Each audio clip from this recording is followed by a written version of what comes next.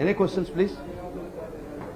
నందిగాం సురేష్ గారిది మరీ విచిత్రం అండి. అది ఇప్పుడు పార్టీ ఆఫీస్ మీద తిప్పారు కేసులు అయిపోయినాయి, బెయిల్ వచ్చింది. ఈ ఒక 302 ఇప్పుడు 2023-21లో జరిగిన అఫెన్సు 3 సంవత్సరాల తర్వాత మరలా వారిని ముద్దాయం చేసి ఆ కేసులో మీరు వేధించడం అంటే మినిమం బేసిక్ క్రిమినల్ లా మీరు వైలేట్ చేస్తారు. 3 సంవత్సరాల తర్వాత మీరు వాళ్ళని ముద్దాయం చేశారు.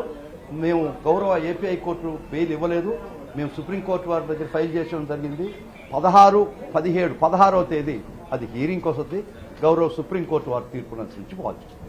ఇంకొక ముఖ్య విషయం, ప్రస్తుతం మంత్రిగా ఉన్నటువంటి సత్యకుమార్ గారు 2023లో వారి మీద దాడి జరిగిందని సేమ్ కంప్లైనెంట్, ఫిర్యాదుదారు ఒకటే, అఫెన్స్ ఒకటే, ఇన్సిడెంట్ ఒకటే 23లో కేసు రిజిస్టర్ చేశారు. అప్పుడు సురేష్ గారి పేరు లేదు. మళ్ళా 24 తర్వాత ప్రభుత్వం మారిన తర్వాత అదే కంప్లైంట్, అదే ఫిర్యాదుదారు, అదే ఇన్సిడెంట్ ఇంకొక ఎఫ్ఐఆర్ రిజిస్టర్ చేశారు. ఈ పాపం ఊరినే పోనివ్వము, ఖచ్చితంగా చెప్తున్నాం.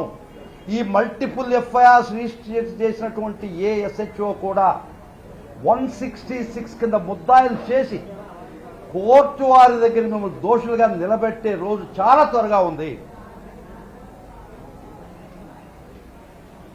కాబట్టి నందిగం సురేష్ గారిని, ఒక దళితుడిని, ఒక అభాగ్యుణ్ణి 3 సంవత్సరాల తర్వాత ఒక కొత్త అఫెన్సెస్లో మీరు పెడుతున్నారంటే అది క్రిమినల్ జ్యూరిస్ప్రుడెన్స్ విరుద్ధం. దానిలో మీరు ఈ విధంగా వేధిస్తున్నారంటే అది మీ విచక్షణకే వదిలేస్తారు. మాకు కోర్టు వారు ఉన్నారు, కోర్టు వారి దృష్టికి తీసుకొస్తున్నాం. ప్రతి ఒక్కటి కోర్టులోనే రెమెడీ పొందుతాం. ప్రతి ఒక్క పోరాటం కోర్టులోనే మేము